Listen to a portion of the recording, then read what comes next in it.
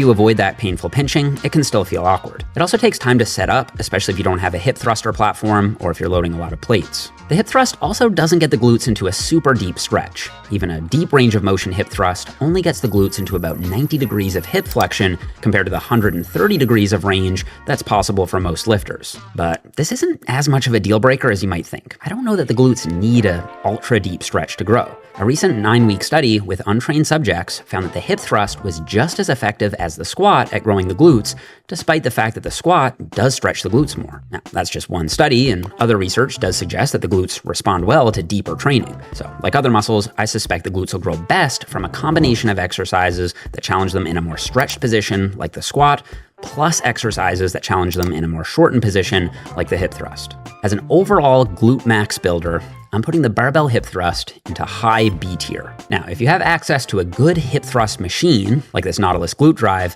I think you can solve a few of those issues. The belt is much more comfy than a barbell. You also don't need to set anything up, and because the machine is very stable, you won't need to use any balance and should be able to focus on engaging your glutes better. I personally do these every single week, and I think they belong in high A tier, and I'm